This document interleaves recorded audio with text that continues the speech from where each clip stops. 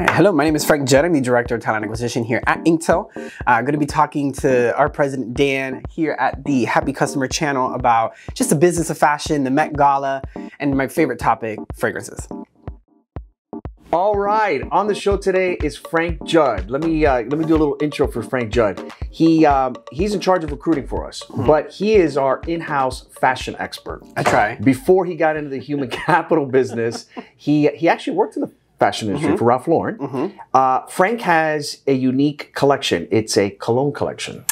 I do. How many bottles of cologne do you have in this collection? We are at about 452 now. 452. And is it true that you also mix your own cologne? I only mix, yes. Okay. I rarely wear one by itself. You wear. All right, we're going to talk about cologne towards the end of the show. But the reason I had you on the show today is there's a lot going on in the fashion industry, right? And kind of a lot of turmoil at the fashion houses. Yep. Let's start off with Gucci. Okay. Gucci reported earnings, not great, blaming it on Asia, blaming it on inventory. Help us make sense of it.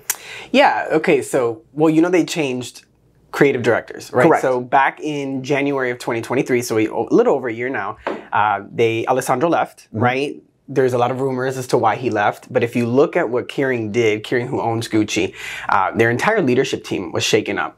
Then you look at Alexander McQueen, another Kering brand, same thing. So clearly wanting to make drastic differences. However, Sabotage, so it's new designer, you look at his first show and it kind of tanked, right? And again, right, you're going to look at the polar opposites between aesthetically, creatively, Alessandro Michel, and you're looking at Sabotage, and there's no identity. That's the problem with Gucci today, right? And I think that, I mean, yes, they're blaming the Asian markets. They kind of put all of their eggs in the Gucci basket, and then within Gucci put all their eggs in the Asian market.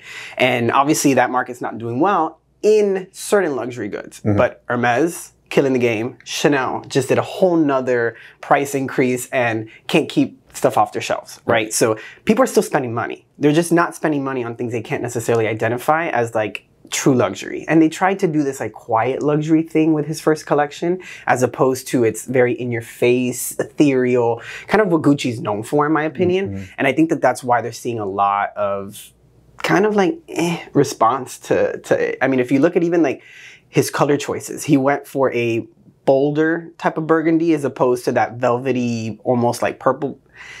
It's doing nothing. It's falling flat.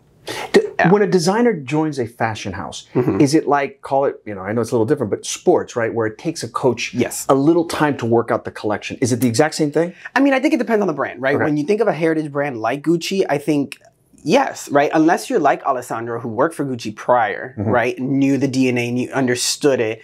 You kind of come into it. I mean, you look at when he was appointed in 2015 through 2022 technically, and I mean, double-digit growth the entire time, right? Sure, they'll say the pandemic, people shopping a little more here and there or whatever, just because they were bored, you're home. But I think a lot has to do with the fact that you're bringing an outsider into something that has such a legacy, and it does take a while for you to kind of understand the nuances of that brand. And I think that that was apparent in his first show. I mean, we'll continue to watch, but I hope some of that identity comes back, right? Because one of the things I think that made Gucci, in my opinion, and why I'm such a fan of the brand, is it's not shy. It's not a shy brand, right? You look at some of the LVMH, even LV, right? Contemporary, a little bit more modern, a little sleeker. You look at Bottega, it's kind of same thing. They might pop a color here and there, but the stylistic of it is more on the French side, calm. You know, Italian fashion's a little more in your face. It's not afraid to be bold. But Gucci refined that kind of boldness, right? So it's not quite, you know, Versace, all of this like, you know, gaudiness sometimes. But yeah, I mean, I'm hopeful that he learns some of that, because there's definitely, I think, a learning curve. I mean, we saw that even with Tom Ford when he took over Gucci a while back. Speaking of Tom Ford, sold his brand. What's next for him? You know, because the brand breaking the hearts of fans, you know? Yeah, I mean, I get why he sold, right? He sold for, I think, like $2 billion to Estee Lauder. And it's weird because they didn't just take the fragrance, they took all of it.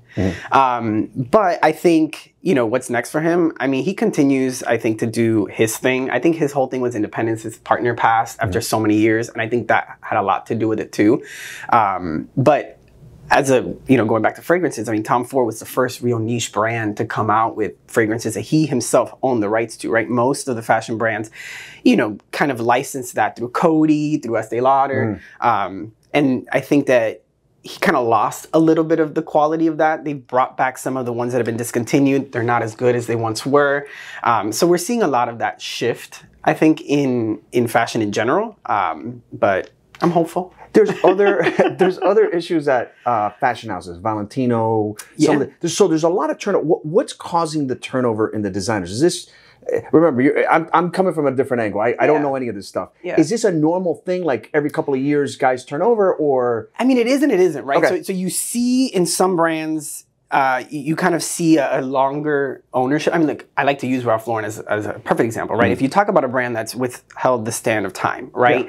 Yeah. A brand that has stayed true to its identity. I mean, for God's sakes, people are still wearing the same polo, and you can get it at like $6.95, $5.95, all the way down to like a sale rack at Marshall for like $34.99. But it's still an affinity. It's never lost itself, right? Ralph doesn't. I mean, he tries different things to elevate the brand and I think innovate in a lot of ways, but staying true to the creative direction of what he himself feels is a lifestyle, right? And that's why I think he is so successful. Some of these other brands, I mean, yeah, even with Louis Vuitton. I mean, Louis Vuitton is going after a much younger, I think, contemporary, not afraid to kind of go there. Those types of heritage brands will see a lot of shifts. I think they want a pulse check, obviously, as to what's happening and who's going to have a bigger impact on kind of the next thing. Yeah, Valentino actually just hired Alessandro Michele, who came from Gucci. So it'd be very interesting to see kind of what he does with Valentino. But again, an Italian, very heritage brand. I think it's a good, I mean, some people are upset about it. I actually think it's a partnership that's going to be, at least visually, very beautiful. The Met Gala just happened. Met Gala just happened. What are your thoughts, takeaways? The buzzwords around fashion. What happened? Well, Gucci wasn't at the Met Gala, I heard, which I thought was shocking. Yeah. But yeah, I mean, this was a theme, Sleeping Beauty's revolutionary fashion. I think it was a theme that was hard not to get right. So I think we saw a lot of safeness out on the carpet. But yeah, I mean, a few brands I think really did make an impact. Cardi B, I mean, was freaking a moment. And I think that what I love about the Met Gala is it's really based on interpretation, right? They let these designers take a theme and you put your stamp on it, right? So I like to, that's why I miss Gucci there, right? Because I like to kind of see what Gucci's going to do with something as opposed to, what maybe Ralph Lauren is going to do, Valentino, kind of all these other artists. But yeah, it was interesting. It was one of the, I think, easier Met Galas to kind of dress for. I don't think, it was a little boring. I hate to kind of say that, but I mean, it was Sleeping Beauties. Yeah, it was a little Kim Kardashian showed up in a freaking cardigan over an absolutely gorgeous gown, and I'm like, what are you doing? All right, let's talk about your favorite subject, cologne. Yeah. How much cologne do you apply? Like when you get up in the morning and you're coming to work, and I'm smelling you right now. How much cologne do you apply? I mean, I think it depends, right? I think it depends on the cologne itself, right? Okay. How strong is that cologne? I can tell you today, so I'm layering 2 different ones, probably 20, 24 sprays. 20 or 24 sprays. Applied on the body, applied on the clothing, or just like the spray and you walk into it? No, definitely not that. Definitely not that I'm one. not doing that. I want it on me. Yeah. So, okay, so 20 to 24. Somebody who's a little less into cologne, what's the proper amount of spray that a guy should put on? Yeah, I mean, for me, it's as much as it doesn't kill you. Right? Because some people are very sensitive to scent. I think, some scents are very light, so you kind of have to over apply them. I mean, I think it like 10. I don't know. Is that a lot? Yeah, it sounds like a lot. But all right. All right. So when you do you reapply cologne when you go to the gym? Yes. 1 spray, 2 spray. What's the proper? Gym. Maybe 3, maybe 4, something different. I won't reapply the same thing. I have like my gym sense. Yeah, you have your, Yeah, because again, I don't want to be like overly offensive. You're in tight quarters with some people. It's a bit much. Don't need people like sneezing and kind of like looking at me all weird. What's the hot new cologne? Give me 2 or 3 colognes. Summer's around the corner. What do we do here? Oof, that's hard. Well, speaking of Ralph had a new release. It's okay, but people like it. It's very mass appealing. It's clean. I sense that you don't like it. It's not that I don't like it. It's just it's not unique. Right? It doesn't really give anything different. I will say, for me, there's on the niche side, you're seeing brands come out like literally like every other day. And then within that, they're like popping out things left and right. I'm a big KLE fan. So KLE, I think here in the States, exclusive partnership with Sephora, but they always come out with new stuff, and it's meant to kind of like play, right? Sniff is another brand, just came out with a Coco Shimmy, which is kind of like for the summer. Okay. Anything Jean Paul Gaultier comes out with, they just came out with one. Actually, just released in Europe, but I had a friend that went to Europe, so brought me back the bottle. Okay. Yeah, Paradise Garden. But I think everybody's coming out with new stuff, literally. A couple fashion tips for men. Okay. This summer, what do you recommend? I mean, I'm a fan of a polo, as you can see. Yeah, you do wear a lot of polos. Yeah, they're easy. You usually don't like sweat them. I mean, we're in Miami, right? So like, it's hot here, it's humid. But I think they're comfortable. They look professional. You can elevate them. You can kind of bring them down if you need to. I think linens, obviously. Yeah. A lot of brands are doing a lot of linen collections now. Actually, going back to Gucci's show, I mean, if you look at what Sabatat did, you can find all of it at Zara because it's literally that same type of aesthetic. But yeah, I mean, I think, or just like a clean Oxford for me is kind of a staple for the summer too. One last question. You're a huge Green Bay Packer fan. Yeah. Give me some predictions on the season. They have a nice team. What do you think? I don't know. I'm still not, I don't know how much of a love.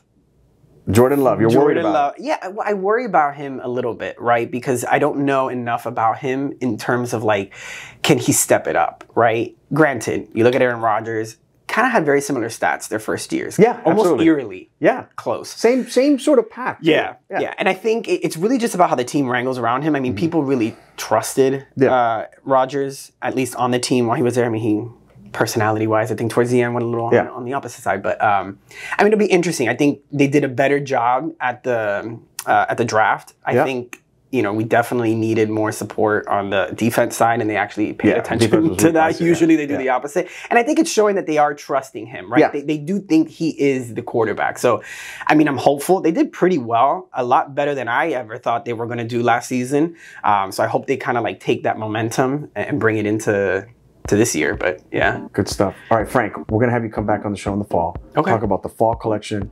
And obviously talk about the Green Bay Packers. But until then, I thank you for coming on the show, man. No, absolutely happy to. Thank you. Take care, bud. Yeah.